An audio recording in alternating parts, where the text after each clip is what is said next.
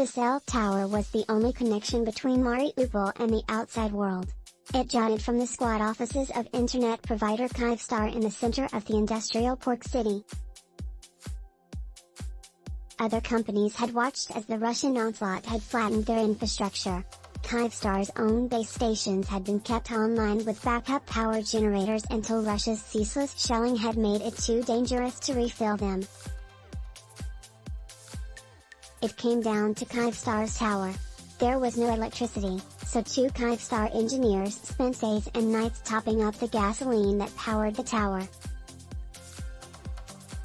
For a while the techies had the protection of Ukrainian soldiers, but after the Russians breached the boundary of the city, the soldiers had to abandon them to fight in the streets.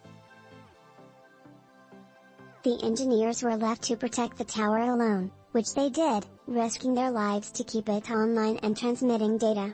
Then, on March 19, the bombs came. The Russians had already decimated most of Mariupol, turning apartment buildings, offices, shops and a maternity hospital into ugly black shells. Now the bombs fell on Kyivstar. The bombs blew a gaping hole in the middle of the Kyivstar building. They turned plasterboard to dust, glass to glittering shards, steel girders to gnarled sculpture.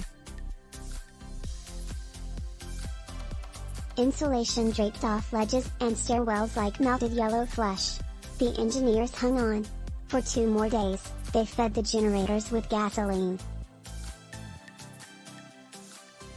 On March 21, Russian troops arrived.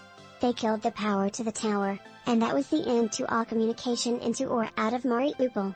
It was the last day that Volodymyr Lutchenko, Kyivstar's technical director, heard from his colleagues. For days it was unclear where they were, if they were dead or alive. Then, as Lutchenko spoke with Forbes on March 25, he learned that they were safe. They found a way to send a text message to say they'd survived along with the other 150,000 residents still in Mariupol, whose population was 434,000 before the war.